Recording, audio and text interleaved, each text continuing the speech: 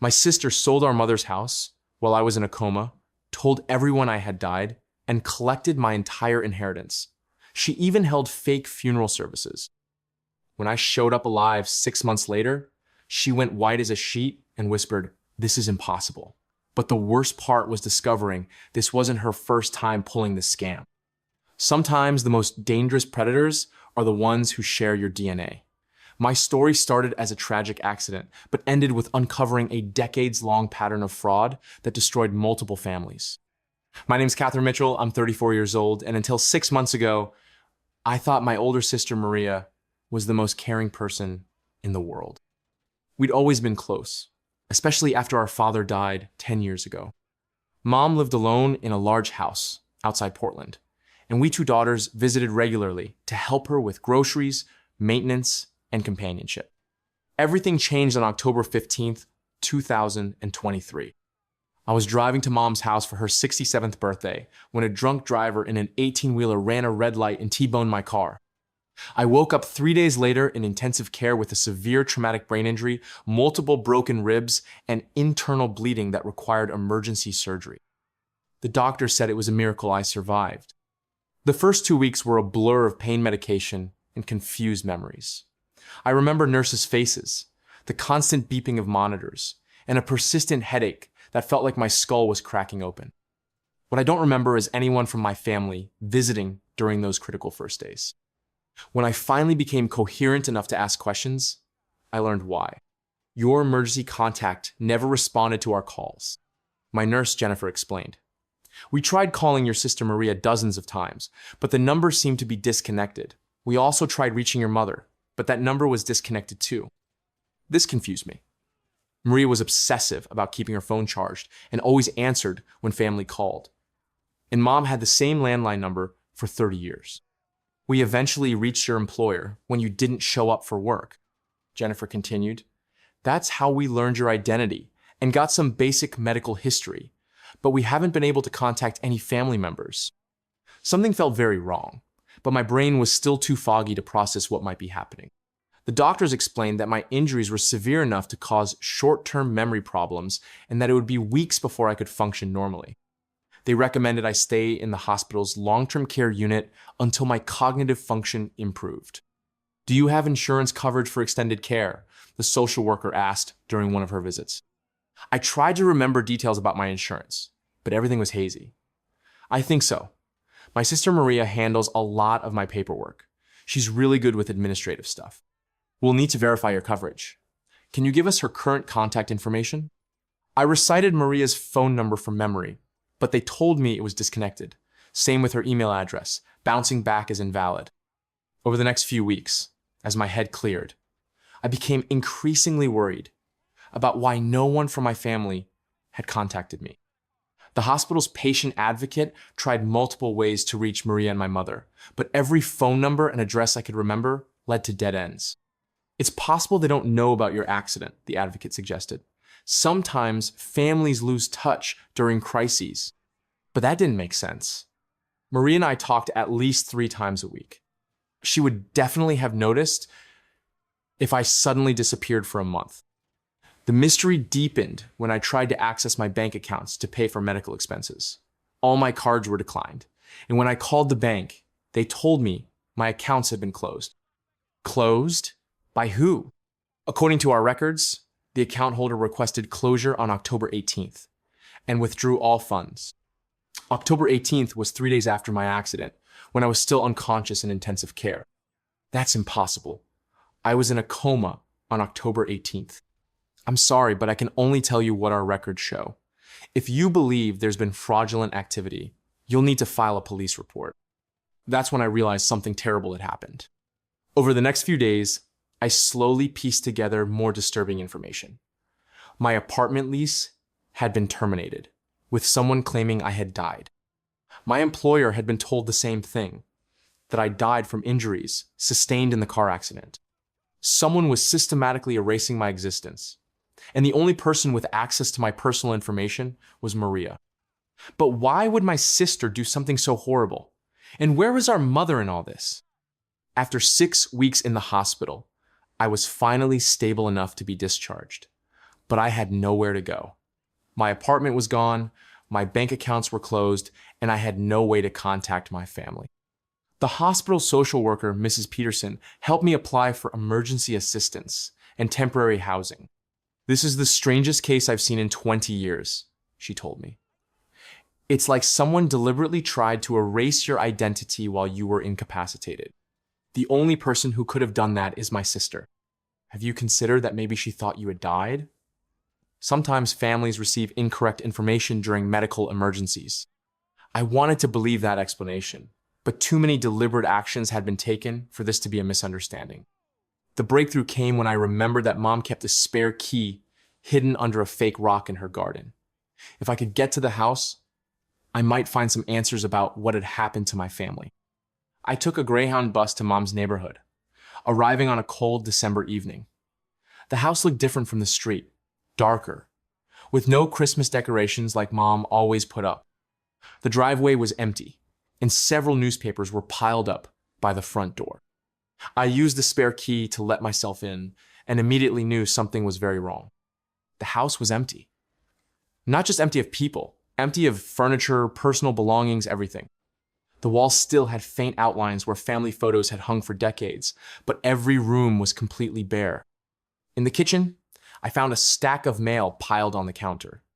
Most of it was addressed to Estate of Dorothy Mitchell, my mother's name. Estate? That meant Mom was dead. My hands shook as I sorted through the mail. There were letters from banks, insurance companies, and law firms, all dated within the past 3 months, all related to settling my mother's estate. But Mom couldn't be dead. She was healthy and active when I last saw her in October. She was excited about her birthday party, talking about redecorating the guest room and planning a trip to visit her sister in California. I found a death certificate in one of the legal documents. According to the paperwork, Dorothy Mitchell had died on October 20th, 2023, just 5 days after my accident. The cause of death was listed as natural causes, heart failure. The beneficiary of her entire estate was Maria Elena Mitchell, my sister. But something about the timeline bothered me. If Mom had died on October 20th, just 2 days after my bank accounts were closed, that would mean Maria was settling my estate before Mom had even died. Unless Maria had known in advance that Mom was going to die. Or unless Mom wasn't actually dead. I spent the next hour going through every document I could find. What I discovered painted a disturbing picture of systematic fraud that went far beyond what I'd initially suspected. According to the paperwork, Maria had been appointed as Mom's power of attorney 6 months earlier, in April 2023.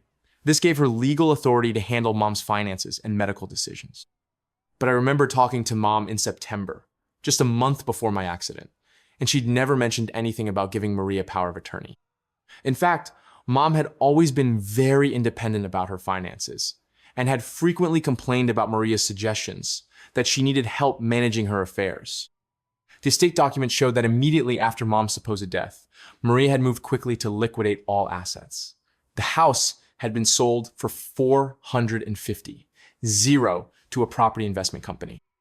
Mom's bank accounts, which contained over $200, zero, had been transferred to Maria. Even Mom's car had been sold.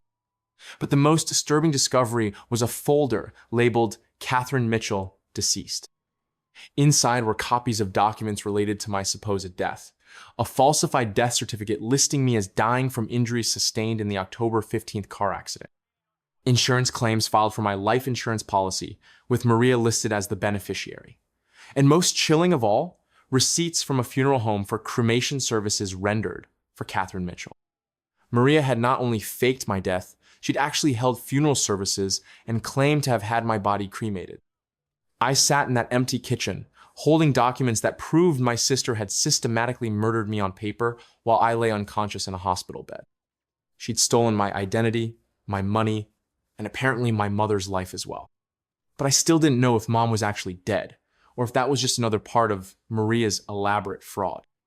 I needed help, but I didn't know who to trust.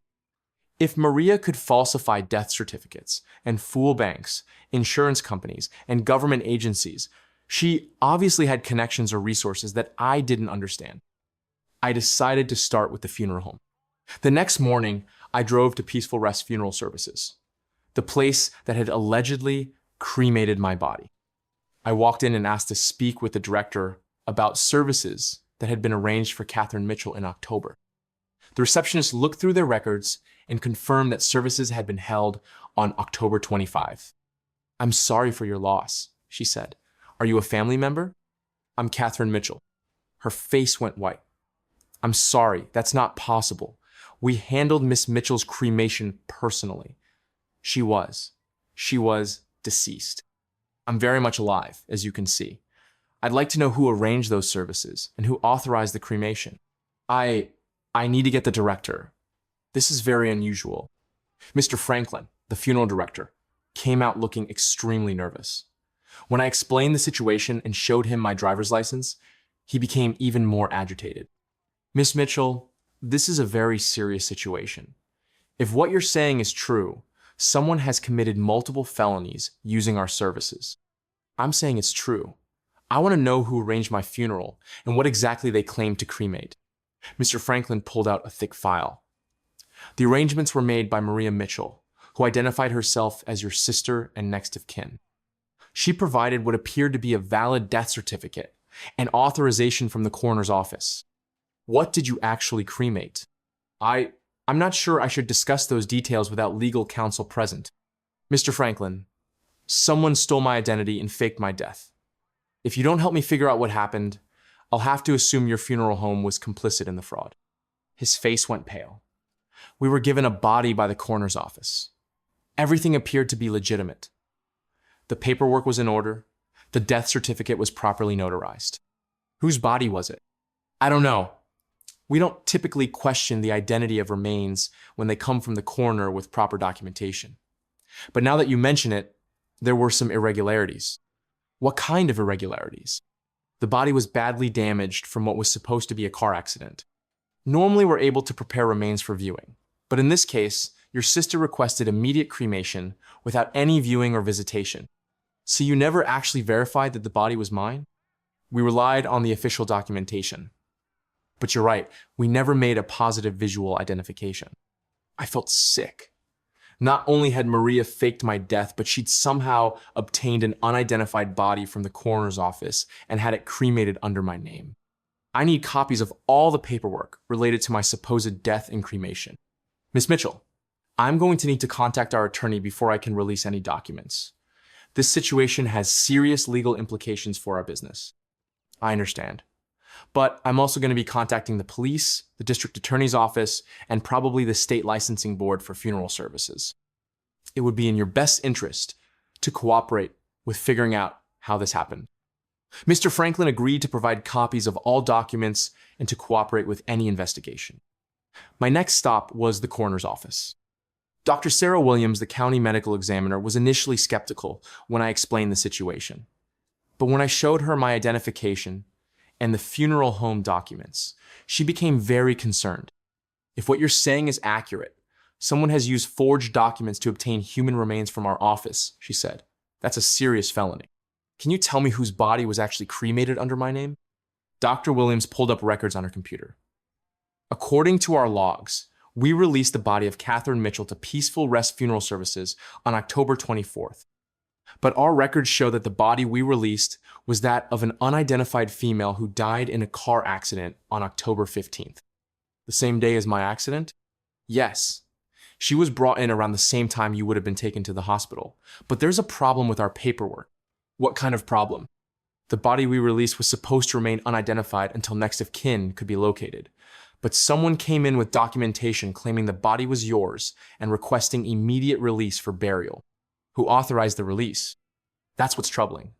The signature on the release form appears to be forged.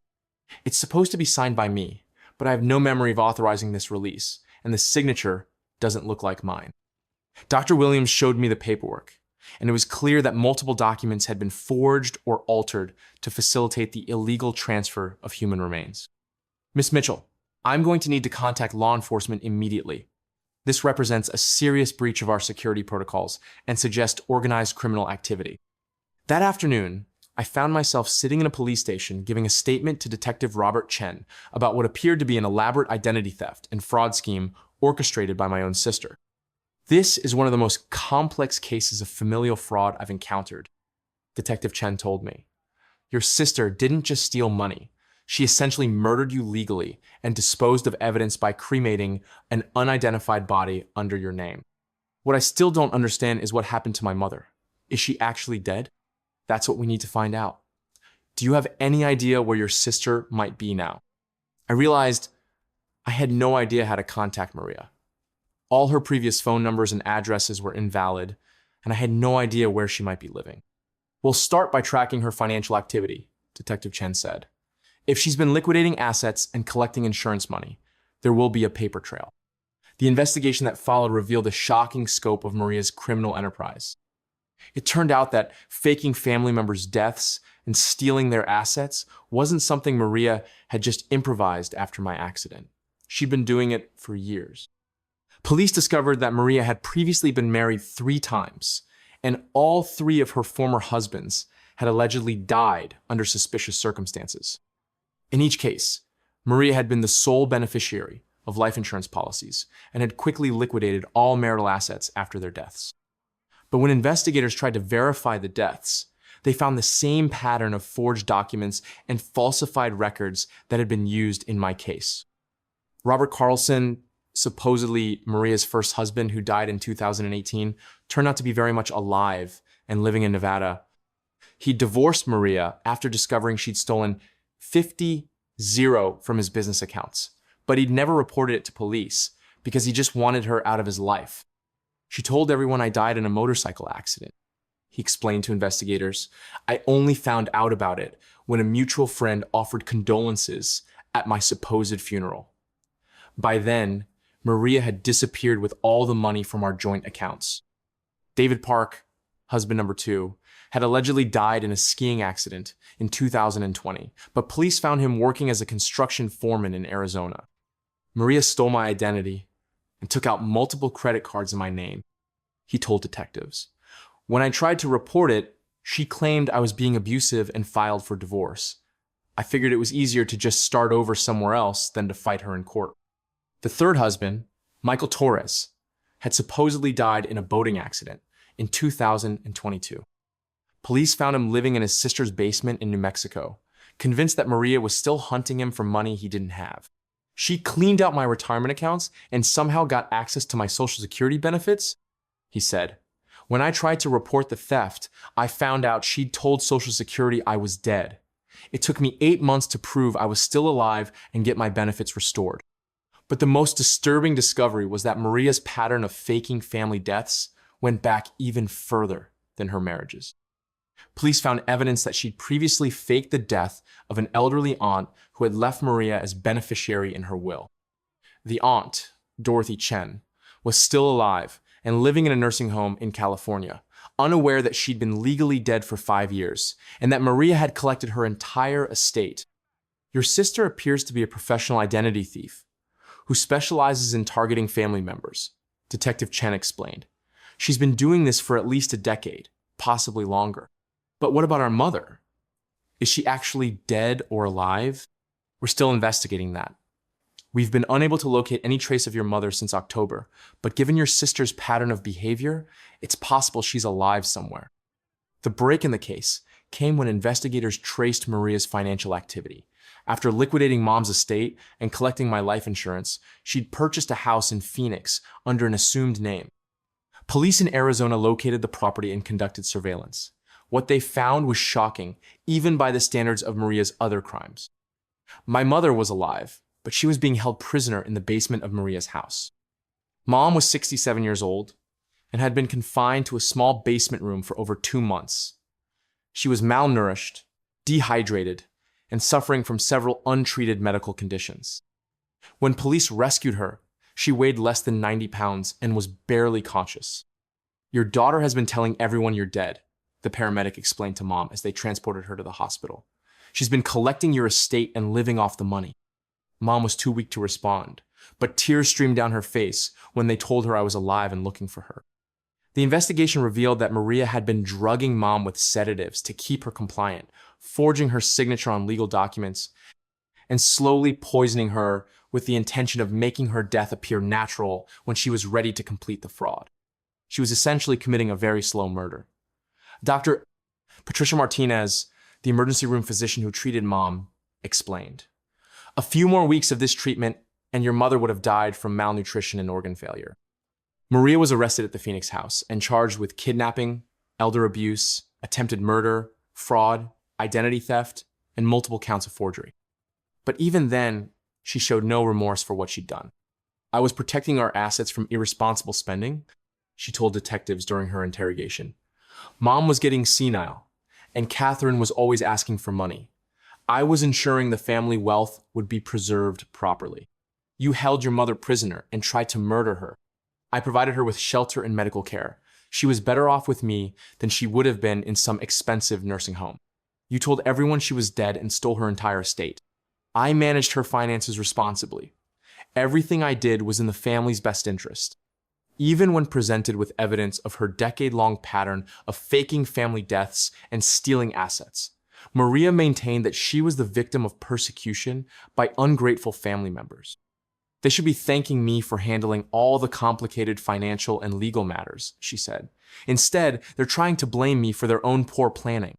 The prosecutors handling Maria's case said they'd never encountered someone so completely devoid of empathy or awareness of the harm they'd caused.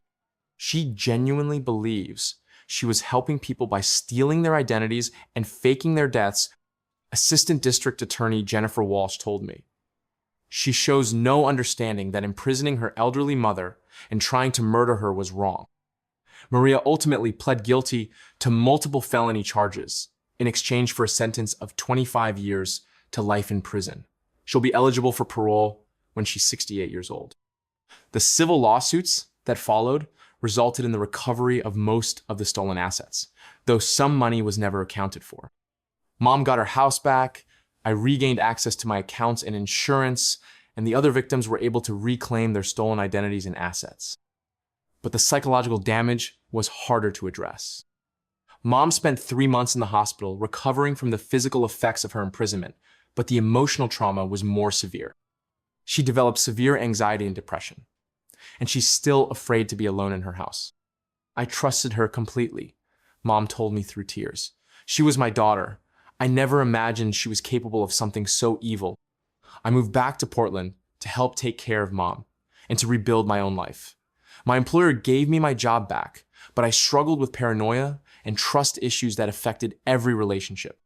It's natural to feel suspicious after experiencing such a profound betrayal," my therapist explained. "When someone that close to you commits such calculated acts of cruelty, it shakes your fundamental beliefs about human nature. The hardest part was accepting that Maria had never loved us. Everything about our relationship had been a lie, designed to position her to exploit us when the opportunity arose. She was grooming you for years," Detective Chen explained. "Getting involved in your finances, learning your personal information, gaining your trust. This wasn't a crime of opportunity, it was a long-term plan. But there was one positive outcome from this nightmare experience." During the investigation, police connected Maria's crimes to several other unsolved cases involving mysterious family deaths and missing assets. Her arrest led to the discovery of at least 12 other victims across 4 states. Some of these victims had been presumed dead for years, and their families had grieved for them while Maria lived off their stolen assets. My case helped reunite several families and bring closure to others who'd lost loved ones under suspicious circumstances. Robert Carlson, Maria's first husband, contacted me after reading about the case in the news. "I want you to know how sorry I am that this happened to your family," he said. "If I'd been brave enough to report what she did to me, maybe she would have been stopped before she hurt you and your mother." "You couldn't have known how far she was willing to go," I told him. "None of us understood what she was really capable of." David Park and Michael Torres, the other 2 husbands, also reached out to offer support and to compare notes about Maria's methods of financial manipulation and psychological abuse. "She's incredibly good at making you feel guilty for questioning her," David explained. She would turn every confrontation into a discussion about how ungrateful and suspicious I was being. After a while, it was easier to just let her handle things than to keep fighting about it. All of Maria's victims shared similar stories about how she'd gradually taken control of their finances while making them feel selfish or paranoid for wanting oversight of their own money. She has a gift for identifying people's insecurities and using them as leverage. Michael said, "She convinced me that I was too irresponsible to manage money and that she was protecting me from my own poor judgment." The support group that formed among Maria's victims became an important part of my recovery process. Talking with other people who had experienced similar betrayals helped me understand that I wasn't responsible for what happened, and that my trust issues were a normal response to extreme circumstances. Mom also benefited from connecting with the other victims, particularly Dorothy Chen, the elderly aunt who'd been presumed dead for 5 years. "It helps to know I'm not the only person who was fooled by her," Mom said. "Sometimes I felt so stupid for not seeing what she was really doing." Today, 3 years after my resurrection from the dead, life has slowly returned to something resembling normal. Mom sold her house and moved into a senior living community where she feels safer and has made new friends. She's regained most of the weight she lost during her imprisonment and is physically healthy, though she still struggles with anxiety about being alone. I changed careers from marketing to victim advocacy, working with a nonprofit organization that helps people navigate the legal and financial challenges of identity theft and financial fraud. Your experience gives you credibility with victims that someone like me could never have, my supervisor explained. When you tell someone that you understand what they're going through, they believe you. I've helped dozens of families recover from various types of financial abuse and identity theft. Many cases aren't as extreme as what Maria did, but the emotional impact is often similar. The shock of discovering that someone you trusted has been systematically exploiting you. The work is emotionally challenging, but it's also incredibly rewarding to help people reclaim their lives and identities after being victimized by predators. I also speak at conferences and training sessions for law enforcement and social services about recognizing signs of familial financial abuse and identity theft. Family members are often the last people we suspect of systematic fraud, I explain to audiences. But they're also the people with the most access to our personal information and the greatest ability to manipulate our emotions and gain our trust. Maria is still in prison and has never shown any remorse for her crimes. She writes letters occasionally, still maintaining that she was trying to help, and that we're ungrateful for not appreciating her efforts. I don't read the letters anymore, but I keep them in case they contain information that might be useful for other investigations or victims. Sometimes people ask me if I hate Maria for what she did to our family. The honest answer is that I feel sorry for her. She's a person so fundamentally broken that she was incapable of forming genuine human connections. Every relationship in her life was purely transactional, an opportunity to exploit someone for money or resources. She'll spend the rest of her life in prison, surrounded by people who distrust her, and with no possibility of ever experiencing real love or friendship. That seems like a worse punishment than anything the legal system could impose. But I'm also grateful that she was stopped before she could hurt more people. The investigation revealed that she was actively researching new potential victims when she was arrested, including several elderly people she'd met through dating websites. She was essentially a serial killer whose weapon was financial fraud instead of physical violence, Detective Chen explained. If she hadn't been caught, she would have continued destroying lives indefinitely. The most important lesson I learned from this experience is that evil often wears the face of someone you love and trust. Maria didn't look like a monster. She was charming, helpful, and seemed genuinely caring. She remembered birthdays, offered assistance during difficult times, and appeared to be the perfect sister and daughter. But underneath that facade was someone who viewed family members as resources to be exploited rather than people to be loved. The warning signs were there: her unusual interest in our financial affairs, her suggestions that Mom needed help managing her money, her offers to handle administrative tasks that we found tedious. But we interpreted these behaviors as kindness and responsibility rather than grooming for future exploitation. Now, I encourage everyone, to maintain some level of financial independence and oversight, even with family members they trust completely. Trust but verify, as the saying goes. Keep separate accounts, maintain your own records, and don't give anyone complete control over your finances, no matter how much you love them. It's not about being suspicious or paranoid, it's about protecting yourself from the small percentage of people who view kindness as weakness and trust as opportunity. My mother and I survived Maria's attempt to erase us from existence, but many families aren't as fortunate. Every year, thousands of elderly people disappear from their homes and are never found. Many cases of missing persons may actually be situations where family members have imprisoned or killed relatives to steal their assets. Financial abuse of elderly family members is one of the fastest growing crimes in America, and it's often perpetrated by the people who are supposed to be providing care and protection. The best defense is awareness and preparation. Make sure multiple people have access to important information about your loved ones. Create systems of regular contact that would quickly reveal if someone went missing.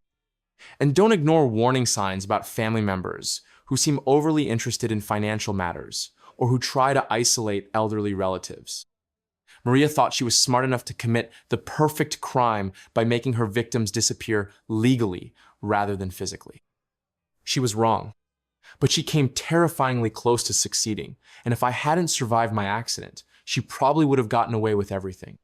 Today, I'm alive, Mom is safe, and Maria is in prison where she belongs. But I'll never forget how easily my entire existence was erased by someone I loved and trusted. And I'll never stop working to make sure other families don't experience the same betrayal and trauma that nearly destroyed mine. Sometimes the most important battles are the ones fought against the monsters who live in our own homes. Maria was our monster, but we survived her. And now we use our experience to help others recognize and escape their own family predators before it's too late. Because everyone deserves to live without fear of being murdered by the people who claim to love them, even if that murder is committed with paperwork instead of weapons. The intention is the same, and the damage to families can last for generations. We broke that cycle of victimization in our family, and we'll keep fighting to break it in others.